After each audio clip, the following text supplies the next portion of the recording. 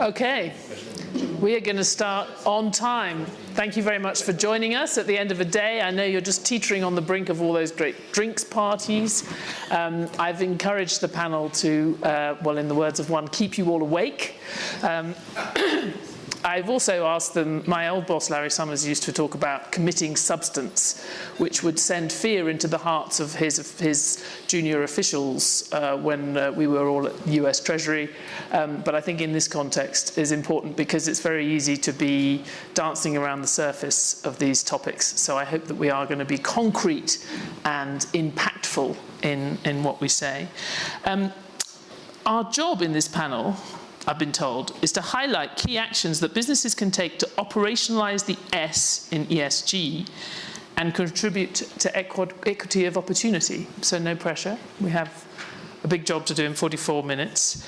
The panel is on the far side of the panel of the stage is Niels Christiansen, who's Chief Executive Officer of the Lego Group, based in Denmark, but obviously everywhere.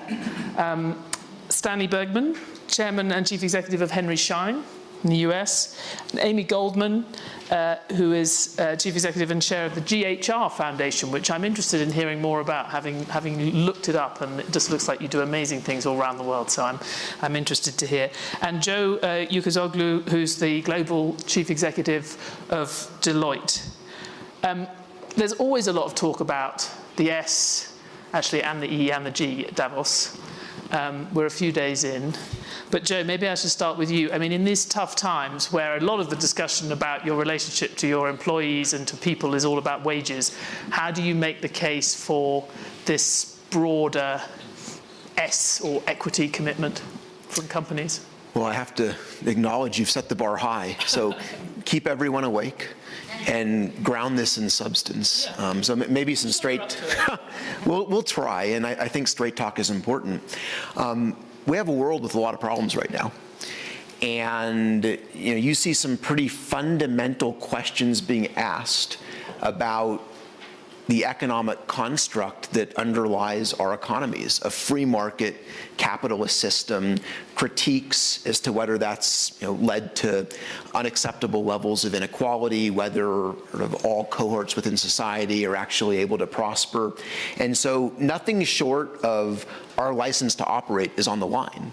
And I've always been a big believer that the free enterprise system is the key to giving people opportunity to sort of ultimately uplifting all communities. But we've got to demonstrate that business operationalizes that and makes it real, so that there is, broadly speaking, economic participation, and communities are seeing family-sustaining jobs at wage levels that are appropriate, that ultimately business is part of the solution on big issues like climate. And then we have to hold ourselves accountable. And that's why the WEF has really been the catalyst to put together a set of metrics that actually quantify this stuff and report out to stakeholders across not just financial metrics, but a whole host of non-financial metrics that are grounded in the UN's SDGs, that are actually grounded in the Sustainable Development Goals, so that we can be measured and we can be held accountable for achieving that aspiration. And just quickly, I mean, again, on this sort of change of environment, I mean, I'm sure that many of your clients, you've had that conversation with them, they've got their strategy that you helped them with, right, do it brilliantly over the last few years. How many of them have come back to you in the last few months and said, how can we do this cheaper? I mean, what is that conversation like in a tougher environment? Well, you've raised sort of what the skepticism has been. It's easy to do when the economy is booming. Will this be one of the things that gets ratcheted back in a more choppy economic environment? But that's the beauty of having commitments and having measurements so that there's accountability. Just take as an example, I know we're focused on the S here, but Deloitte just did a study of C-level executives relative to climate and asked that question: are you ratcheting back your commitments? And the answer we got back consistently across a couple thousand senior executives around the globe was no. They continue to rank that as a priority. They've embedded it in their strategy. They've laid out roadmaps to meet these commitments. And so we have been somewhat encouraged that even in a more difficult and complex economic environment, that companies are making good on what they've pledged. Niels Christiansen, what's this conversation like on the board of the Lego Group? I guess it's interesting. I mean, everybody knows the Lego brand throughout the world. Not everybody knows the story in the sense that we were created 90 years ago, and the founder, all the way from the beginning, really wanted to provide kids with something that could inspire them and develop them, and actually, we call them the builders of tomorrow. Give them the skills that they needed. And so I would say, in a sense, we're privileged in this discussion because it is our mission to do good and have a social element. We're still family-owned 100%, and the family has decided that 25% of the ownership of the company sits with the Lego Foundation. So they literally get 1/4 of the profit, and they donate all of that out to do good for kids in many different ways. So we're kind of born into it, and it's very much in our purpose. So that makes it a little bit easier, you can say, to have a board discussion around, because it's not a matter if, it's more a matter how do we then get most out of it. Now, when all of that being said, I actually believe that for a brand like us, serving fans throughout the world and being so much there for kids, it's important to be relevant. And you cannot be relevant with kids and young people if you don't take a social responsibility. That's their starting point. They just don't see it anywhere else. So I don't feel that I'm taking away from profit because now we're doing social. I think it comes together, and it provides us with purpose and relevance, and also resilience in the long run, because we can see more and more young people want to work for companies that actually do this, not because they speculate that it's worthwhile, but they do it out of a well-meant, deep down feeling that this is what we do. We have a place in the world, and we give and we take, and that allows us to be the business and have the impact we have. And just to get a sense of it, I mean, what would be a project or a part of your commitment that you do that you think if you were a more traditional company or you had a different kind of mission, you wouldn't be doing? Yeah, I think it's like we do things. I tend to think about them as being local or really engaging around that, or be more systemic in size. So we do things where we actually donate a lot of money to educational systems in different countries. We've been donating a lot to Ukraine to make sure that kids actually could go to school, they could learn, and they could play.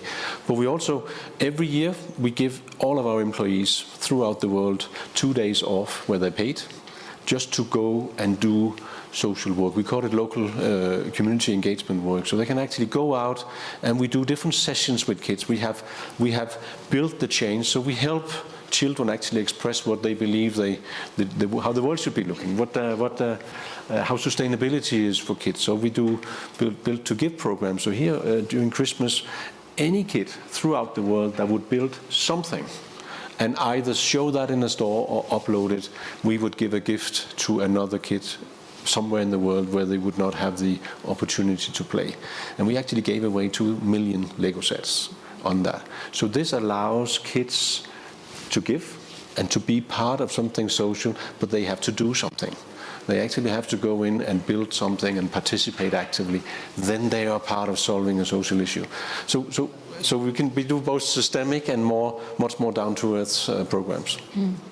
And Amy Goldman, how does the GHR Foundation work with, I guess, not just businesses, but people all around the world towards these kind of goals?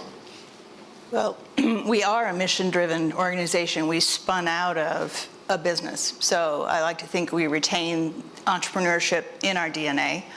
And I will just get to substance as requested. When we think about all these crises around the world, I know it's late in the afternoon, but to add another one is Alzheimer's disease, and that's an area where we work in to help put together prevention trials. Now, Alzheimer's disease is the #1 cause of death. It is the most expensive disease, and the numbers of people with it are just growing. So when we think about defining a large social problem to be responsible to, Alzheimer's, to me, fits that category.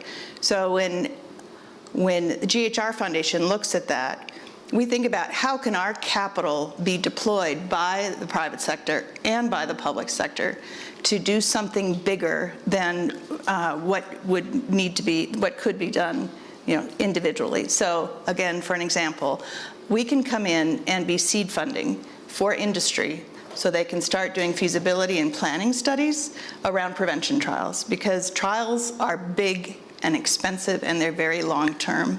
And we can be patient capital to accompany that, bring in government funding.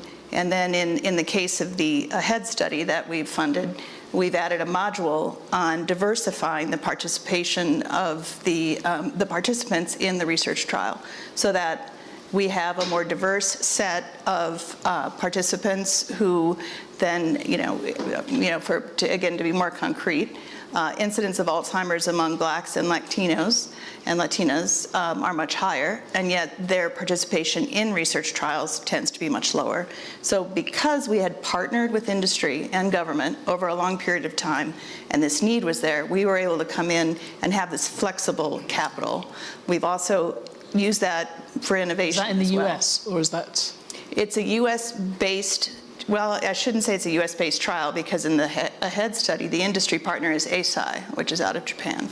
The government funding is National Institute of Health, which is US-based. But the trial sites are all around the world. So it's developing therapies for a global issue. But I think my message to business and to philanthropy is that the capital that we have can be deployed very creatively. We can de-risk, we can be long-term, and we can really be visionary and innovative.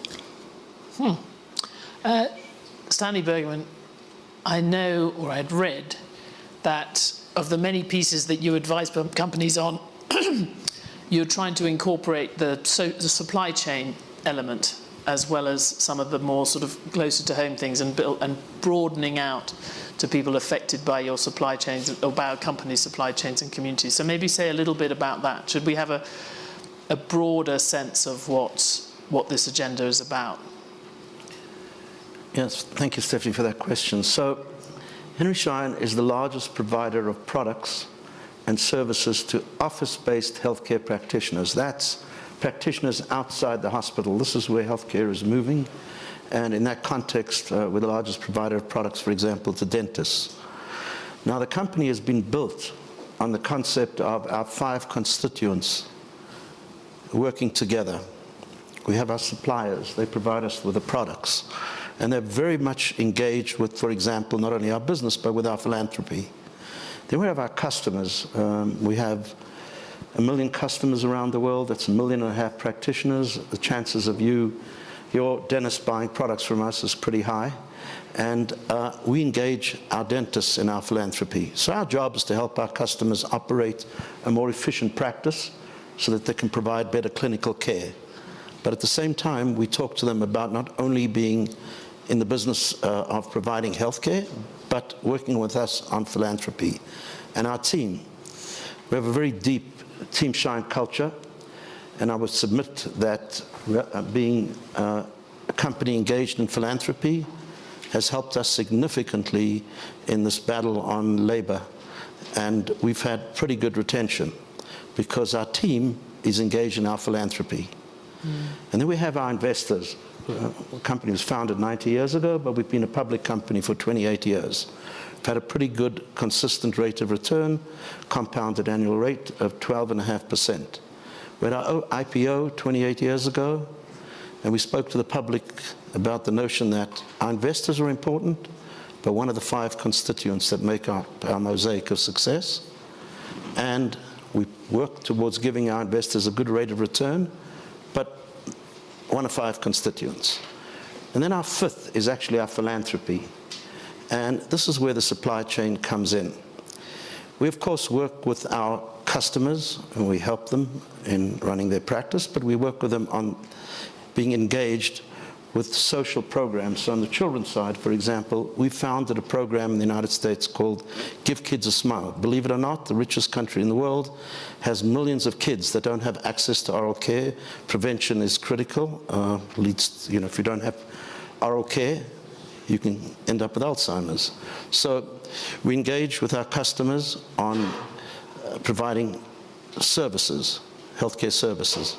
Then we involve the communities that we're in activities that our team gets involved with. For example, back to school, holiday cheers. But this is not a situation where the company writes out a check and says goodbye. We do that, but we engage our team. And then in the community, the world at large. And here we play a key role in emergency response. So for example, in most of the hurricanes or the earthquakes, we'll be there working with the doctors.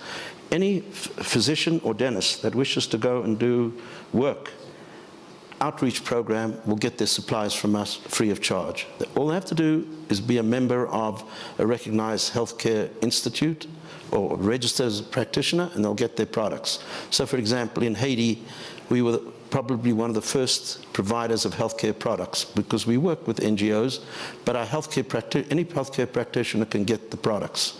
Now, in Ukraine, you will not see Henry Schein per se, but we will provide healthcare practitioners that are going into Ukraine, or that are there, or more important, in the communities such as Poland, Moldova, where there are healthcare practitioners that need product.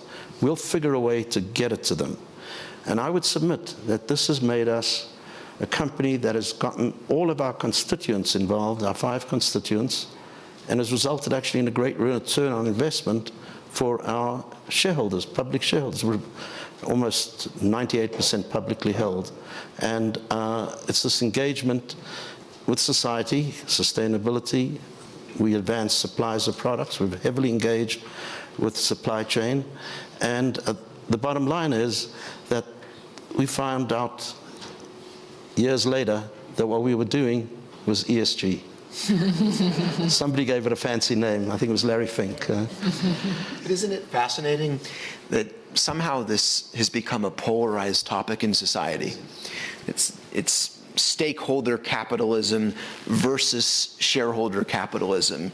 And if you're focused on this set of issues encompassed by the S, the social issues, is that taking away from your obligation to shareholders? And yet, there was a commonality that struck me across the Henry Schein story and the Lego story, that by virtue of leaning in and trying to take good care of constituencies, good care of employees, good care of communities, that ultimately that's had a business payback. So it might not be the next quarter. It might not work if you look at this through a short-term lens. But if you really look at this through a long-term stewardship lens, by embracing stakeholder capitalism, by making the investments in the S that we're here talking about, that's ultimately the path to deliver sustainable, premium, long-term returns to shareholders.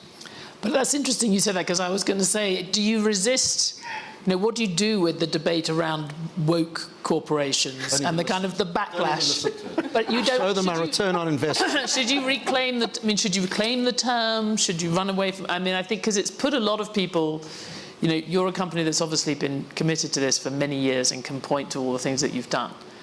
But a lot of companies that kind of thought they were doing the right thing and were walking in the direction are now facing this backlash from a sort of interesting place. But you, as far as you're concerned, when your clients come to you, you say, ignore them? Well, what's interesting is business is actually serving as a punching bag from both directions. Yeah. So, in one direction, you have a critique that, are these commitments genuine? Are these just words, and are they really making a difference? Then on the other end of the pendulum, you've got this question of, have these corporations gone woke? Are they backing off from capitalism and their obligation to shareholders? Businesses are actually demonstrating on the ground, apart from the theater of everybody having to be polarized and take sides, the ability to execute this, the ability to do this in a way that meets the need of a broad cross-section of stakeholders and at the same time delivers for shareholders. So is ignore the right? I'm not sure ignore is the right word, but the reality is business really doesn't benefit from trying to wade into this when there's other motives relative to why the attacks are coming from both sides. Investors want one thing, return on investment. Customers want one thing. They want to do business with companies that help their needs, service their needs, and are honest. And the best way to prove you're honest is to have a track record of doing good for society. And customers figure that out pretty quickly.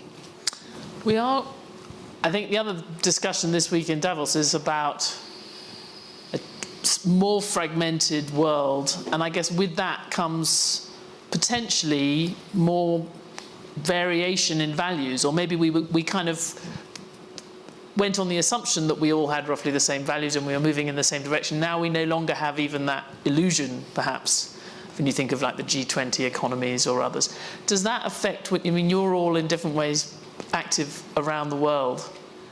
Are there differences in the way you think about this agenda depending on where you are? It doesn't, in your case, Stanley, doesn't sound like it, but like for the Lego group, No, it's a super good question, but I think it depends probably a little bit who you are and what you do. I think in our perspective, if we consider kids the role models, then it's really about allowing kids the ability to play and learn through play. And that cuts kind of across different values. It's not dependent on this particular political system or value system in a country, because it's actually taking the kids' perspective and helping out of that. So I think many of those things are less debatable for that point of view. Now, of course, I'm resisting the temptation to get into the pink Lego for girls debate. Yeah, but I think this is, we haven't been there. And I was just thinking about this entire diversity and inclusion area is, of course, one that we feel an obligation there to do stuff. And that's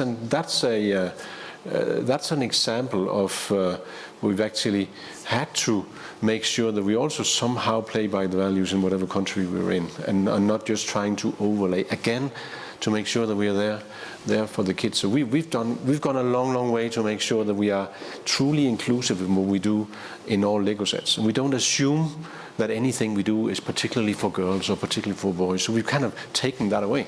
So you cannot tell me today, now you're doing Lego Friends for girls. It may be that what happened like 15 years ago when it started.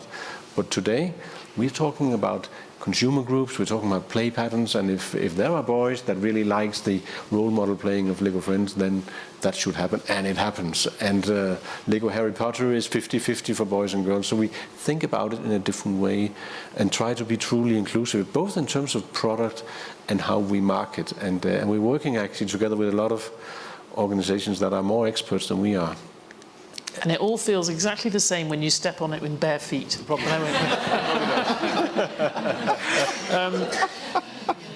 Amy. I'll just add on that. I said, at the beginning that we are in service to people, and we really, as a philanthropy, always focus on the human at the center of everything we do. And it is remarkable. It cuts across everything. We work in a very broad geography. I try not to distinguish between being a US-based philanthropy, because we are learning globally all the time. And again, it may sound very simple, but if we rise above some of the terminology and just prove through our actions that we are very strong partners in service to those that we're working with. This is a developing issue. I mean, this question of the role of business in global geopolitical tensions and whether the greatest impact is achieved by businesses picking sides and choosing, I'm going to do business here and I'm not going to do business there, or whether businesses actually have more impact by operating broadly as global organizations and being part of the conversation. It's really hard to drive change when you're absent from the room. And frankly, in a world where there's more and more sort of tension, I think business actually has a role to play of being one of those bridges that cuts across and brings people together and tries to rise above some of the sort of nationalistic political tensions. This gets hard. So you take, for example, Russia's invasion of Ukraine. There was a reasonably consistent response that, relative to companies in many types of industries, that given the sort of abhorrent nature of the action, that we wanted to do something and pull out and demonstrate the consequence of this type of behavior that's so catastrophic to the world order. But does it really make sense to deprive kids of Legos? Right? It's one thing to say, okay, we're not going to do business there and export chocolates or luxury cars, but it gets a little harder when you're talking about basic goods or things that are needed by innocent members of society, which is why the trade-offs here are so difficult. Well, that is a difficult example. I mean, I think you do get the impression here that whether it's for the ESG or any other purpose, businesses very much want to continue operating in all the places they've been operating and following the logic of integration and globalization. And it's more a question of whether their own governments will allow them, because politicians are sort of marching to such a different tune in some cases. Questions, comments? Yes, so here. If you just wait for the mic. Harriet Moynihan from Chatham House. Thank you very much to the panel. Very heartening and positive stories from all of your companies. But of course, not all companies have that story to tell. The fact is that the S in ESG is generally the poor cousin. Much less is generally done on it, and it's been a lot slower to get action on it than the E and the G. And one of the reasons perhaps for that is that it's harder to measure, perhaps harder to define as well. Many companies who are operating in authoritarian regimes are, whether directly or indirectly, consciously or not, causing human rights harm, perhaps having an impact on civic space and individuals. So my question, and particularly to Joe, who mentioned metrics, is how do you measure social impact? It's harder, isn't it, than the E, where you might have particular non-financial reporting, which shows how companies have done measures for carbon capture, whatever it may be. I went to a session earlier on responsible capitalism, where it's clear there's a lot of change going on in terms of that non-financial reporting. What's being done on the social side, and do you see positive developments in that way to try and force some of those not-so-good companies to have a better social contribution? It's a wonderful question, and one has to acknowledge that there are things that are more credibly capable of quantification than others. So you mentioned climate, carbon. Those are things subject to measurement. We can put out metrics. There's reasonable, at least growing alignment of agreement as to what those metrics are. But under the WEF's leadership, we actually have created a broader set of ESG metrics that have been endorsed by a couple hundred companies under the WEF umbrella. And there is an S pillar. So there's an E pillar, an S pillar, and a G pillar. And it does start to get into things like commitment to diverse workforces and ultimately commitment to sort of ensuring the broader impacts of supply chains. And so I'd be interested in your feedback. This is early stages. This was a good faith attempt to try to put some measurements around all three pillars within ESG, but no doubt there's still work to do. Niels, you wanted to come? Yeah, I was just thinking I mean, I'm old enough that I was also part of, back when we were 5 companies thinking about environment, and the 99.9% were not there. And I think you can also find measures on the S. They may be a little bit more different company from company, but I think what I would imagine will happen is a little bit the same thing, that those companies who maybe carry a consumer brand, and I consider ourselves one of those, will actually be out there for the scrutiny of what happens. And we do things, I tell you, I get 50 emails in my email box on afternoons of something being debated or something is being launched as a product, and we take a position on something. And that means that we act, but we also start to look backwards, like we do on the environmental thing. I mean, we are asking our suppliers throughout the supply chain to act environmentally better, to lower their carbon or whatever.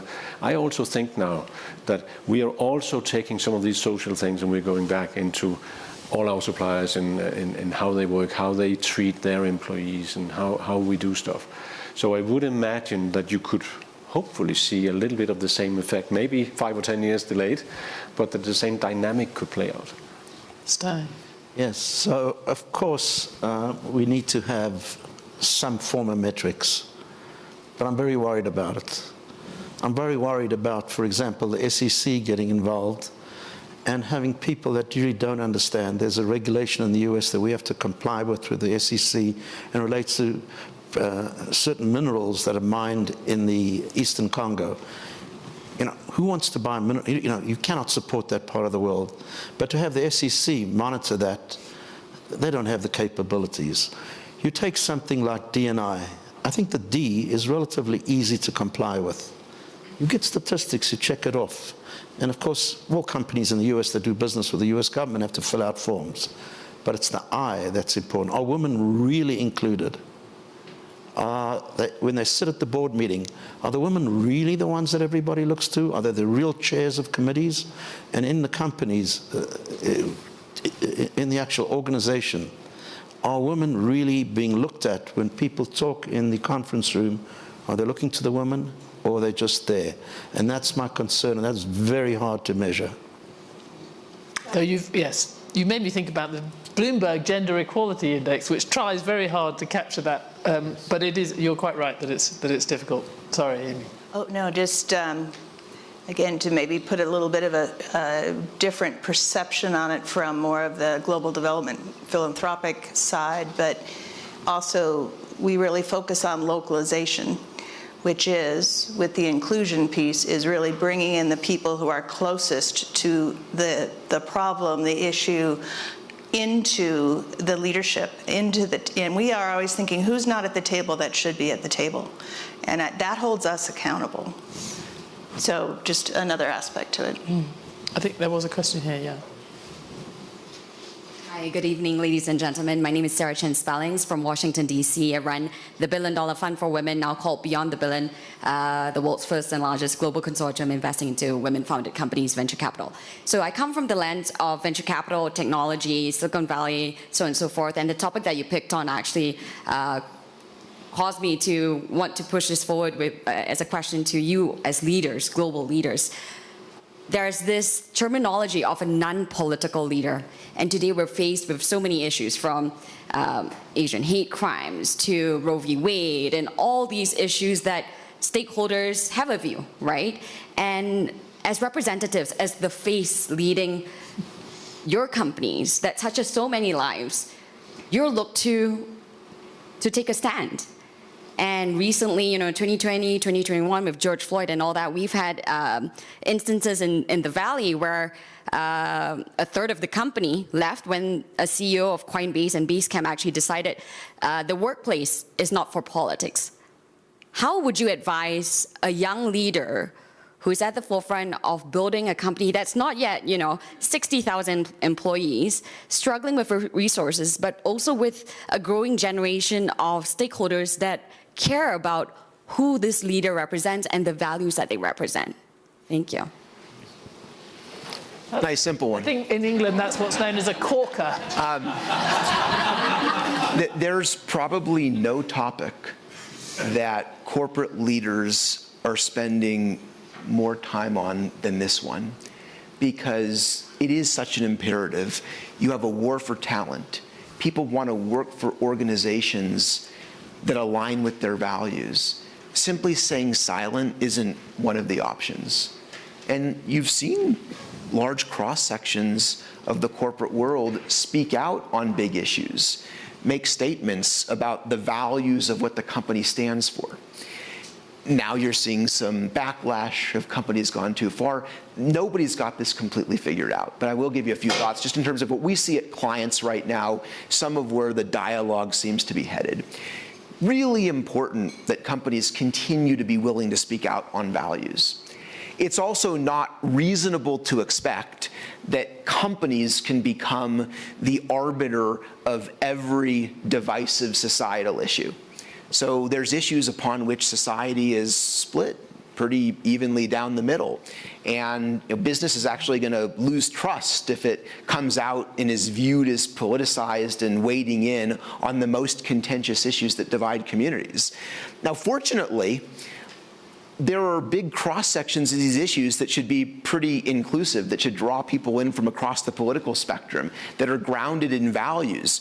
If you tune into, various forms of, cable news and social media, much of the conversation is grounded in the 5% that's highly divisive. That takes up most of the oxygen, but that leaves the 90 to 95% where you ought to be able to have statements that are unifying, statements that bring people together across different political beliefs that demonstrate to employees you do stand for something and you are a values-driven organization. All of that's easy to say at 30,000 feet. People generally wouldn't object to those things. Then it gets real when you talk about particular issues like the ones you mentioned. And, well, did a company go far enough? Did they go too far? And those are the debates that are happening within C-suites and boardrooms every day. So, Joe, you're right. We have to be careful that these issues do not become politicized. Having said that, there are obvious areas. Hate crimes is one. I cannot see how an ethical CEO can avoid that discussion. You've got to weigh in. And I think business needs to play in that world. You can't leave it up to non-business leaders to deal with that issue completely, because it is, if you don't stop it when it's small, it'll become big. So I think business has a role. You got to be very careful not to be on one side of the political debate or the other, but there are certain things that if you cross the line, if society crosses the line, or elements of society cross the line, you've got to be very, very strong. But it's a great example of an issue that should be unifying, speaking out against hate, hate against the Asian community, hate against the black community, hate against the Jewish community. That shouldn't be a political issue. That should unite people across the entirety of the political spectrum. And I think you've seen a lot of pride of employees of organizations that have chosen to stand up and demonstrate allyship. Hate crimes is one particular example where legislation has been passed. Business played a key role in getting that legislation passed, and it was passed with bipartisan support. The documentation of hate crimes, which was not something that was really important at one time. Now, you can get into a debate as to what's political or not, but the actual reporting facts on hate crimes is not a political issue. Law enforcement needs to know about that. And that's an example of where business played a key role. Niels, yeah. I can just add, I think it's like, I agree, I think businesses need to weigh in, but it would also be important in my mind that businesses or leaders weigh in where they actually have a credible stand based on the business they have. So you don't want to have CEOs that have an opinion about everything. And we have what we call a brand board. We actually sit there and we have made specific decisions on what are topics where we believe we would be a good spokesperson for business, or where we stand, I mean, taking children's perspective, where would it be important that we have a position. And then we leave other positions kind of more open, not to have me profiled as somebody that has a position about everything. And I need to be very careful that I don't mix up my personal political belief with the stand we have as a company. And that's something that is difficult. And you just have, I think, to involve that and have your board or whoever you have around that to try to get some of that agreement pre-made, so you know what to do. If you're I think the question was a young founder of a company, then I think I would pick a few areas close to what the purpose of that company really is. And I would focus in on that, because you don't want to be starting a company and then fiddling around and having opinion about all things in society. Then you may not be successful with your company.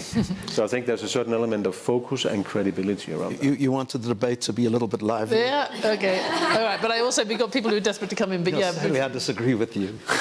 Yes, Henry Schein should have an opinion on healthcare. Yeah. But when it comes to things that, for example, you did mention hate crimes. In the United States, it's a big issue. I think business can't be silent. And there are other examples. I don't want to get into too much detail.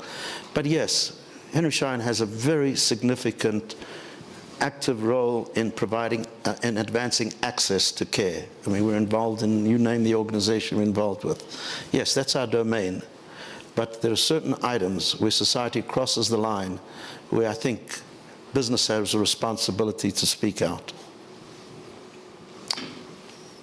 Sorry. Was there someone behind you? We don't No, okay, yeah, sorry. Hi, I'm Sangu Deli, YGL from Ghana. And my question is this. I notice that in good times, it's easy to have these conversations, right? In bad times, it's more difficult. I serve on the board of overseers of Harvard University. A few weeks ago, we elected our 30th president, who is the first black woman president in our almost 400-year history. And that was, I'll tell you, it was unanimous. Across the board, everyone was happy to support that. But when it came to having discussions about DEI with our $52 billion endowment, I saw how discussions were different when the market was up, and how discussions are very different when the markets are down.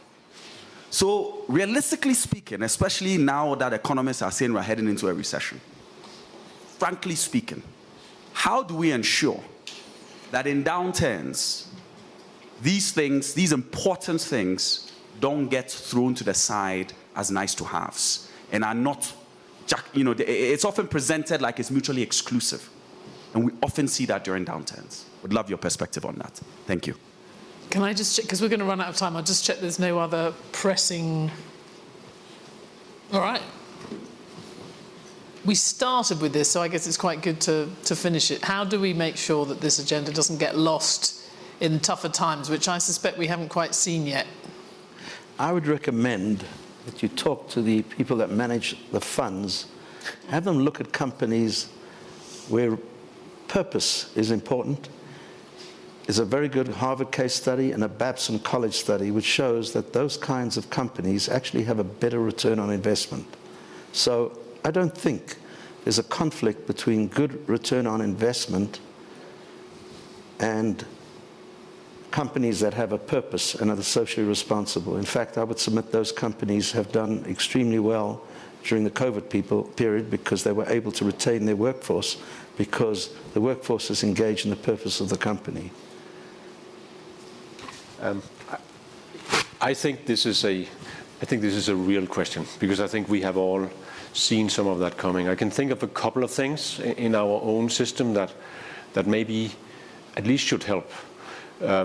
One is, if you can make it purpose-driven and you can create an organization where the broad organization actually wants this, then it becomes less of, yeah, we do this, we sacrifice some profit to do this. This is not how we think about it. It is closer to the DNA, and it's part of what, I mean, maybe it's a privilege being privately owned by a family who wants this. So it's part of our success criteria. It's also part of what I get on. So it's not only success to create the bottom line. So there's less of a trade-off to happen. And then I think if you can systemically do some things, like in our case, with 25% of the profit going to the foundation, yeah, then there may be difficult times, the profit may be a little bit less, but it's still 25% of it that actually goes and will be donated out. So yes, there could be a little bit of what you say, but it's not like I could sit and say, okay, then it's got to be 0 for 2 years because now it's bad time. It won't happen. And maybe companies could actually commit themselves a little bit, make these irrevocable decisions in good times to preserve that it continues in bad times. Amy. I'll just add on to that. Hard times drive creativity. And I think now is the time to be more creative around the types of partnerships that can be formed. I think the private sector can think more creatively around that. I mean, you're talking about having a foundation within your organization. But I think partnering with, again, philanthropy, with government in a much smarter, more nimble way is what will be incumbent upon us. And it has to happen because these problems have to be addressed. It could serve the same purpose if you committed the funds. I agree on that. Joe, you might get the last word, but it does occur to me, I mean, the other buzzword is, which we've already mentioned, is about resilience. But it seems to me that is another, when one thinks about resilient supply chains and resilient workforce, that can help this. I mean, that can be a sort of supportive word for this agenda. I've heard that word resilience probably on 6 or 10 occasions today, which tells me there's something here and people are expecting but you can inject little element into choppier waters. I'm glad we're getting these questions. Frankly, there needs to be a skepticism. There needs to be a holding of feet to the fire. And ultimately, there will be a lot more information available for all constituencies to be able to judge whether that commitment is sustained in a down environment than we might have had historically, given the proliferation of these non-financial metrics. And so my ask is, hold us accountable. And in the 28 seconds that remains, I'm overwhelmed with the need to tell you that the Bloomberg is, of course, owned 85% by Mike Bloomberg. And one thing that you only discover when you go to work at Bloomberg is all of his profits, so 85% of the profits, go straight to his foundation and have to be spent in pretty fast order. And I have to say, it changes the way everyone feels about what they do. We're embedded in the financial system, but we're effectively a non-profit. And Purpose. it makes a big difference. Purpose, and a lot of volunteering as well. So thank you to all of you for some great stories, for keeping everyone lively, even a little bit entertained.